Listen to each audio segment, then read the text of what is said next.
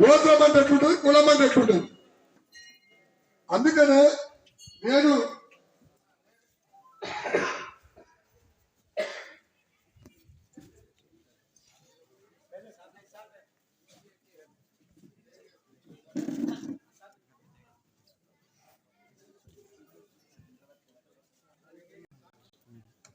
ಈಗಾಗಲೇ ನಮ್ಮ ಆಶ್ರಮಕ್ಕೆ ಆಗಮಿಸಿದ್ದಾರೆ. ಅವರಿಗೆ ಆಶ್ರಮದ ಸರ್ವ ಸದಸ್ಯರಿಂದ ಮತ್ತು ಆಶ್ರಮದ ಮೂಲಕ ಟ್ರಸ್ಟ್ ಮೂಲಕ ಸ್ವಾಗತವನ್ನ ಕೋರುತ್ತೇವೆ.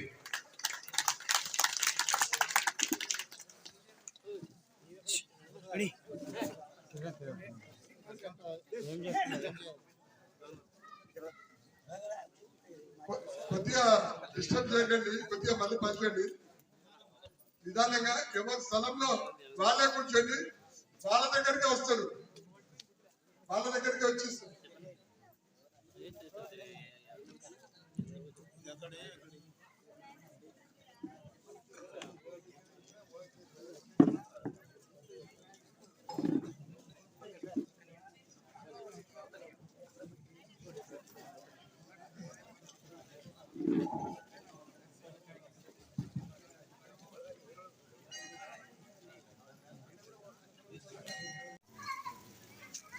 ಕಿವಿಗಳು ತುಂಬಿದ ಬಳಿಕ ಕೇಳಲಿಲ್ಲ, ಕೈಗಳು ತುಂಬಿದ ಬಳಿಕ ಪೂಜಿಸಲಿಲ್ಲ, ಮನವು ತುಂಬಿದ ಬಳಿಕ ನೆನೆಯಲಿಲ್ಲ ಮಹಾಂತ ಕೂಡಲ ಸಂಗಮ ದೇವನ. ಸದಾವಕಾಲ ಸ್ಮರಣೀಯರಾಗಿರುವಂಥ ಬಸವಾದಿ ಶರಣರನ್ನ, ವಿಶ್ವದ ದಾರ್ಶನಿಕರನ್ನು ಸ್ಮರಣೆ ಮಾಡಿಕೊಂಡು ಇವತ್ತು ಯಾನಗುಂದಿಯ ಮಹಾ ಯೋಗಿನಿ ಅಮ್ಮನವರ 6ನೇ ವರ್ಷದ ಸ್ಮರಣೀಯ ಸಂದರ್ಭದಲ್ಲಿ ವೇದಿಕೆ ಮೇಲೆ ಆಸೀನರಾಗಿರುವಂಥ ಶಿವಯ್ಯ ಸ್ವಾಮಿರವರಲ್ಲಿ, ಹಾಗೆಯೇ ಆಶ್ರಮದ ಯಾವತ್ತು ಸಕಲ ಸದ್ಭಕ್ತರಲ್ಲಿ, ಹಾಗೆಯೇ ಎಲ್ಲ ಆಶ್ರಮದ ಎಲ್ಲ ಕಮಿಟಿಯ ಸದಸ್ಯರಲ್ಲಿ, ಜೊತೆಗೆ ತಾಯಂದಿರು, ಮಕ್ಕಳಲ್ಲಿ, ಯುವಕರಲ್ಲಿ, ಸುದ್ದಿ ಮಾಧ್ಯಮದವರಲ್ಲಿ ತಮಗೆಲ್ಲರಿಗೂ ಅನಂತ ಭಕ್ತಿಯ ಶರಣಾರ್ಥಿಗಳು.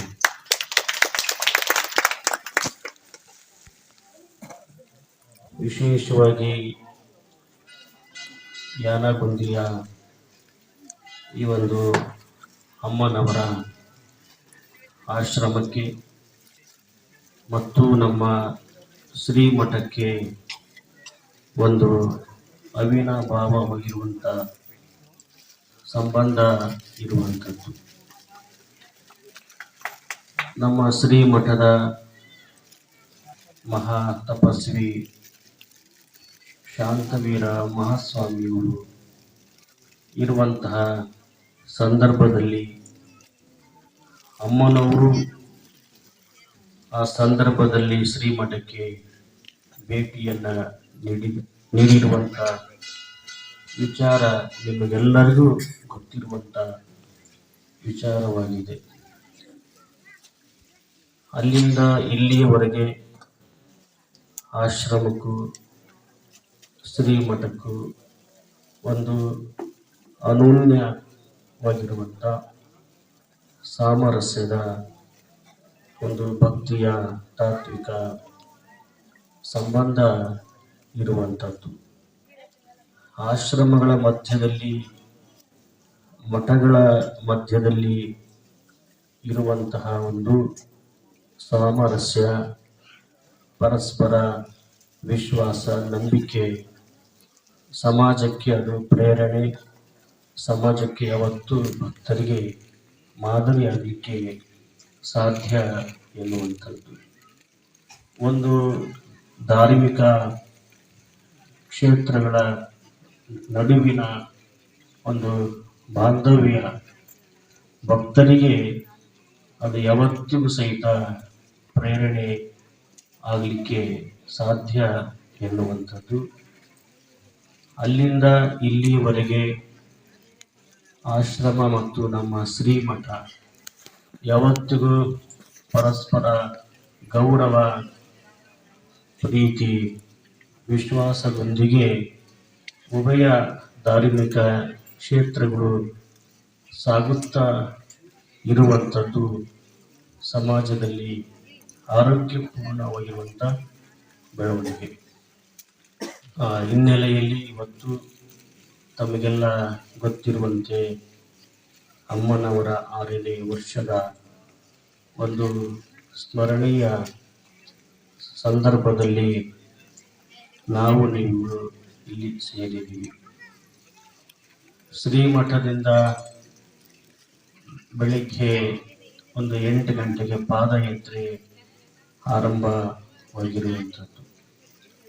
ಅಷ್ಟೇ ಅಲ್ಲ, ಅಮ್ಮನವರು 6 ವರ್ಷಗಳ ಹಿಂದೆ ಲಿಂಗೈಕ್ಯ ಆದಂಥ ಸಂದರ್ಭದಲ್ಲಿ ಅವತ್ತು ಸ್ವತಃ ಭಕ್ತರ ಜೊತೆಗೆ ನಮ್ಮ ಶ್ರೀಮಠದಿಂದ ಇಲ್ಲಿಯ ತನಕ ನಾವು ಸಹಿತ ಅವತ್ತು ಪಾದಯಾತ್ರೆ ಮಾಡಿಕೊಂಡು ಬಂದಿರುವಂಥದ್ದು. ಇದು ತಮಗೆಲ್ಲ ಗೊತ್ತಿರುವಂಥ ವಿಚಾರ. ಅಂದು ಆರಂಭವಾಗಿರುವಂಥ ಪಾದಯಾತ್ರೆ ನಿರಂತರವಾಗಿ ಇವತ್ತು 6 ವರ್ಷಗಳವರೆಗೆ ಎಲ್ಲ ನಮ್ಮ ಸುತ್ತಮುತ್ತಲಿನ ಹಳ್ಳಿಯ ಅಮ್ಮನವರ ಭಕ್ತಾದಿಗಳು ಕೂಡಿಕೊಂಡು ಶ್ರೀಮಠದ ಒಂದು ಸ್ಥಳದಿಂದ ಇಲ್ಲಿಯ ತನಕ ಪಾದಯಾತ್ರೆ ಕಾರ್ಯಕ್ರಮವನ್ನು ಭಕ್ತರು ಮುನ್ನಡೆಸಿಕೊಂಡು ಬರುತ್ತಾ ಇರುವಂಥದ್ದು ಅಮ್ಮನವರ ಮೇಲಿಟ್ಟಿರುವಂಥ ಶ್ರದ್ಧೆ ಮತ್ತು ಭಕ್ತಿಯ ಪ್ರತೀಕ ಎನ್ನುವಂಥದ್ದು. ಆ ಹಿನ್ನೆಲೆಯಲ್ಲಿ ಇಲ್ಲಿ ಈಗಾಗಲೇ ಬೆಳಗಿನಿಂದ ಇಲ್ಲಿಯ ತನಕ ಅನೇಕ ಧಾರ್ಮಿಕ ಕಾರ್ಯಕ್ರಮಗಳು ಆಶ್ರಮದಲ್ಲಿ ನಿರಂತರವಾಗಿ ನಮ್ಮ ಶಿವಯ್ಯ ಸ್ವಾಮಿಗಳ ನೇತೃತ್ವದಲ್ಲಿ ಮತ್ತು ಭಕ್ತರ ಸಹಾಯ ಮತ್ತು ಸಹಕಾರದೊಂದಿಗೆ ಒಂದು ಆಶ್ರಮ ಮುನ್ನಡೆಸಿಕೊಂಡು ಬರುತ್ತಾ ಇರುವಂಥದ್ದು. ಇವತ್ತು ಜೀವನದಲ್ಲಿ ಮಹಾತ್ಮರನ್ನು, ಶರಣರನ್ನು, ಸಂತರನ್ನು, ಶಿವಯೋಗಿಗಳನ್ನು ನಾವು ಸ್ಮರಣೆಯನ್ನು ಮಾಡಬೇಕಾಗಿದೆ. ಅವರನ್ನು ನೆನಪು ಮಾಡಿಕೊಳ್ಳಬೇಕಾಗಿದೆ. ಇಲ್ಲಿ ಮಹಾತ್ಮರನ್ನು, ಶರಣರನ್ನು, ಶಿವಯೋಗಿಗಳನ್ನು ನೆನಪು ಮಾಡಿಕೊಳ್ಳುವುದು, ಸ್ಮರಣೆಯನ್ನು ಮಾಡಿಕೊಳ್ಳುವುದು ಅಂತಂದರೆ ಅವರು ಬಿಟ್ಟು ಹೋಗಿರುವಂಥ ಯಾವುದೇ ಒಂದು ಸಂಪತ್ತಿನ ಆಸ್ತಿಯ ಹಿನ್ನೆಲೆಯಲ್ಲಿ ಸ್ಮರಣೆ ಇಲ್ಲಿ ನಡೀತಾ ಇಲ್ಲ. ಸಹಜವಾಗಿಯೇ ಲೌಕಿಕವಾಗಿ ಅಲ್ಲಿ ಸ್ಮರಣೆ ಬೇರೆ ಬೇರೆ ರೀತಿಯಿಂದ ನಡೀತಾ ಇರ್ತವೆ.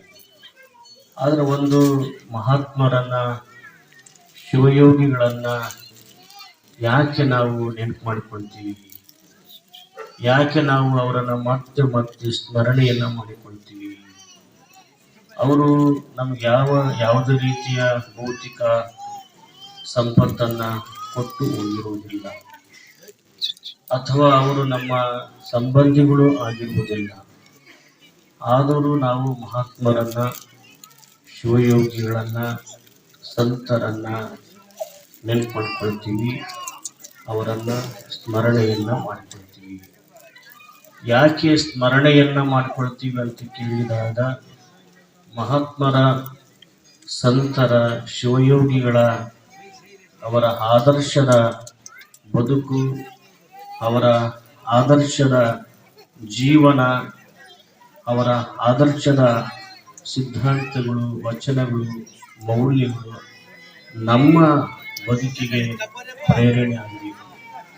ನಮ್ಮ ಬದುಕಿಗೆ ಒಂದಿಷ್ಟು ಮಾರ್ಗದರ್ಶಿ ಆಗಬೇಕು ಅನ್ನುವಂಥ ಹಿನ್ನೆಲೆ ಇಟ್ಕೊಂಡ್ಬಿಟ್ಟು ಮಹಾತ್ಮರನ್ನು ನಾವು ಸ್ಮರಣೆಯನ್ನು ಮಾಡಬೇಕಾಗುತ್ತದೆ. ಇವತ್ತು ಅಮ್ಮನವರು ಅವರ ಹೇಗೆ ಬದುಕಿದ್ರು, ಹೇಗೆ ಬಾಳಿದ್ರು, ಅವರ ವಿಚಾರಗಳು ಏನು, ಅವರ ವಿಚಾರಗಳನ್ನು ನಾವು ನೆನಪು ಮಾಡಿಕೊಂಡು ನಮ್ಮ ಜೀವನದಲ್ಲಿ, ನಮ್ಮ ಬದುಕಿನಲ್ಲಿ ಒಂದಿಷ್ಟು ಅವುಗಳನ್ನು ಅಳವಡಿಸಿಕೊಳ್ಳುವುದರ ಮೂಲಕವಾಗಿ ನಮ್ಮ ಬದುಕನ್ನು ಸಾರ್ಥಕ ಮಾಡಿಕೊಳ್ಳಬೇಕು ಅನ್ನುವಂಥ ಹಿನ್ನೆಲೆಯಲ್ಲಿ ನಾವು ಮಹಾತ್ಮರನ್ನ ನೆನಪು ಮಾಡಿಕೊಳ್ಳಬೇಕಾಗುತ್ತದೆ. ಹಾಗಾಗಿ ಮನುಷ್ಯ ಜನ್ಮದಲ್ಲಿ ಹುಟ್ಟಿದೀವಿ, ಮಾನವ ಜನ್ಮದಲ್ಲಿ ಬಂದಿದ್ದೀವಿ. ಮಾನವ ಜನ್ಮವನ್ನು ನಾವು ಸಾರ್ಥಕವನ್ನ ಮಾಡಿಕೊಳ್ಳಬೇಕಾಗಿದೆ. ಮಾನವ ಜನ್ಮವನ್ನ ಸಾರ್ಥಕ ಮಾಡಿಕೊಳ್ಳಬೇಕು ಅಂತಂದ್ರೆ ಮಹಾತ್ಮರನ್ನ ಸ್ಮರಣೆ ಮಾಡಬೇಕಾಗುತ್ತದೆ. ಮಹಾತ್ಮರನ್ನ ಮತ್ತೆ ಮತ್ತೆ ನಾವು ನೆನಪು ಮಾಡಿಕೊಂಡು ಅವರು ಹೇಗೆ ಬದುಕಿ ಬಾಳಿದ್ರು, ಅವರ ಚಿಂತನೆಗಳು ನಮ್ಮ ಬದುಕಿಗೆ ಒಂದಿಷ್ಟು ನಾವು ಅವುಗಳನ್ನು ಒಂದು ಬದುಕಿನಲ್ಲಿ ಅಳವಡಿಸಿಕೊಳ್ಳುವುದರ ಮೂಲಕವಾಗಿ ನಮ್ಮೆಲ್ಲರ ಜೀವನವನ್ನು ಸಾರ್ಥಕ ಮಾಡಿಕೊಳ್ಳಬೇಕಾಗಿದೆ. ಬರೀ ಬಂದು ನಮಸ್ಕಾರ ಮಾಡಿ ಕಾಯಿ ಹೊಡೆದು ತೆಂಗು ಹೊಡೆದು ಹೋದ್ರೆ ಸಾಲದು. ನಾವು ಅಮ್ಮನವರ ಕ್ಷೇತ್ರಕ್ಕೆ ಬಂದಿದ್ದೀವಿ, ಪ್ರತಿ ವರ್ಷ ಬರ್ತೀವಿ, ಆಗಾಗ ಬರ್ತೇನೆ ಇರ್ತೀವಿ. ನಾವು ಹೇಗೆ ಒಂದಿಷ್ಟು ಬದುಕಿನಲ್ಲಿ ಬದಲಾವಣೆಯನ್ನು ತಂದುಕೊಳ್ಬೇಕು, ಇದನ್ನು ನಾವು ಚಿಂತನೆ ಮಾಡಬೇಕು. ಎಲ್ಲರೂ ಗುಡಿಗಳಿಗೆ ಹೋಗ್ತಾರೆ, ಎಲ್ಲ ಕೂಡಿಕೊಂಡು ಆಶ್ರಮವನ್ನು ಮುನ್ನಡೆಸ್ಕೊಂಡು ಹೋಗ್ತಾ ಇದ್ದೀರಿ. ಆಶ್ರಮದ ಭಕ್ತರಲ್ಲಿ ಯಾವತ್ತಿಗೂ ಒಮ್ಮತ ಇರಲಿ, ಯಾವತ್ತಿಗೂ ಒಗ್ಗಟ್ಟಿರಲಿ, ಯಾವತ್ತಿಗೂ ಸಂಘಟನೆ ಇರಲಿ ಅನ್ನುವಂಥ ಮಾತನ್ನು ಈ ಸಂದರ್ಭದಲ್ಲಿ ತಿಳಿಸಿ, ಅಮ್ಮನವರ 6ನೇ ವರ್ಷದ ಒಂದು ಸ್ಮರಣೆಯ ಸಂದರ್ಭದಲ್ಲಿ ಭಾಗವಹಿಸಿದ್ದೀವಿ. ಶರಣರು ಒಂದು ಮಾತು ಹೇಳ್ತಾರೆ, ಬಸವಣ್ಣನವರ ಒಂದು ವಚನ, ನಿಮ್ಮ ನೆನೆ ಆದಾಗಲೇ ಉದಯ, ನಿಮ್ಮ ಮರೆ ಆದಾಗಲೇ ಅಸ್ತಮಾನ. ಬಹಳ ಅದ್ಭುತವಾಗಿರುವಂಥ ವಚನದ ಸಾಲು. ನಿಮ್ಮ ನೆನೆ ಆದಾಗಲೇ ಉದಯ. ಮಹಾತ್ಮರನ್ನ, ಶರಣರನ್ನ, ಅಮ್ಮನವರನ್ನ, ಶಿವಯೋಗಿಗಳನ್ನ ನಾವು ಸ್ಮರಣೆ ಏನು ಮಾಡ್ತೀವಿ, ನೆನಪು ಏನು ಮಾಡ್ಕೊಳ್ತೀವಿ, ಆವಾಗ ನಮ್ಮ ಬದುಕು ಉದಯವಾಗುತ್ತದೆ. ಯಾವಾಗ ನೀವು ಮಹಾತ್ಮರನ್ನ, ಶರಣರನ್ನ, ಶಿವಯೋಗಿಗಳನ್ನ, ಸಂತರನ್ನ, ಅಮ್ಮನವರನ್ನ ಮರೆಯುತ್ತೀರಿ, ಅವಾಗ ನಿಮ್ಮ ಮರಣ ಪ್ರಾಪ್ತಿಯಾಗುತ್ತದೆ ಅನ್ನುವಂಥ ಮಾತು. ನಿಮ್ಮ ನೆನೆ ಆದಾಗಲೇ ಉದಯ, ನಿಮ್ಮ ಮರೆ ಆದಾಗಲೇ ಅಸ್ತಮಾನ. ಸೂರ್ಯ ಉದಯ ಆಗ್ತದೆ ಬೆಳಿಗ್ಗೆ, ಸಂಜೆ ಸೂರ್ಯ ಅಸ್ತಮಾನ ಆಗ್ತಾನೆ. ಹಾಗಾಗಿ ಮಹಾತ್ಮರನ್ನ ನಾವೀಗ ನೆನಪು ಮಾಡ್ಕೊಳ್ತೀವಿ, ಸ್ಮರಣೆ ಮಾಡ್ತೀವಿ, ಆಗ ನಮ್ಮ ಬದುಕು ಉದಯವಾಗಲಿಕ್ಕೆ ಸಾಧ್ಯವಾಗುತ್ತೆ.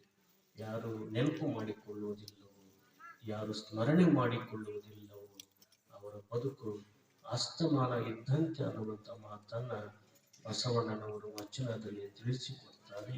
ಆ ಹಿನ್ನೆಲೆಯಲ್ಲಿ ಇವತ್ತು ಇಷ್ಟೊಂದು ಬಹಳ ಅಚ್ಚುಕಟ್ಟಾಗಿ ಶಾಂತಿ ಸುವ್ಯವಸ್ಥೆಯಿಂದ ಆಶ್ರಮದ ಎಲ್ಲ ಕಮಿಟಿಯ ಪದಾಧಿಕಾರಿಗಳು, ಶಿವಯ್ಯ ಸ್ವಾಮಿಗಳು, ಭಕ್ತರು ನೀವೆಲ್ಲ ಕೂಡಿಕೊಂಡು ಅಮ್ಮನವರ 6ನೇ ವರ್ಷದ ಒಂದು ಸ್ಮರಣೆ ಕಾರ್ಯಕ್ರಮ ಬಹಳ ಅಚ್ಚುಕಟ್ಟಾಗಿ ಬಹಳ ಅರ್ಥಪೂರ್ಣವಾಗಿ ಹಮ್ಮಿಕೊಂಡಿದ್ದು ತುಂಬ ಸಂತೋಷ ಅನ್ನುವಂಥ ಮಾತನ್ನ ಈ ಸಂದರ್ಭದಲ್ಲಿ ತಿಳಿಸಿ ತಮ್ಮೆಲ್ಲರ ಮೇಲೆ ಅಮ್ಮನವರ ಅಂತಃಕರಣ, ಅಮ್ಮನವರ ಆಶೀರ್ವಾದ ಸದಾಕಾಲ ತಮ್ಮೆಲ್ಲರ ಮೇಲೆ ಇರಲಿ ಅಂತೇಳಿ ಈ ಸಂದರ್ಭದಲ್ಲಿ ನಾನು ಪ್ರಾರ್ಥಿಸಿ ನನ್ನೆರಡು ಮಾತುಗಳನ್ನು ಮುಗಿಸ್ತಾ ಇದ್ದೇನೆ.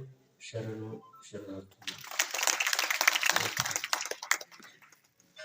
ಪರಮ ಪೂಜ್ಯ ಶಾಂತವೀರ ಶ್ರೀ ಮುರುಘರಾಜೇಂದ್ರ ಮಹಾಸ್ವಾಮಿಗಳು ಕಾಸಮಠ ಗುರುಮಿಟ್ಕಲ್ ಇವರು ಭಕ್ತರನ್ನು ಉದ್ದೇಶಿಸಿ ಇತರ ವಚನಗಳನ್ನು ನೀಡಿರುವುದಕ್ಕೆ ಧನ್ಯವಾದಗಳು.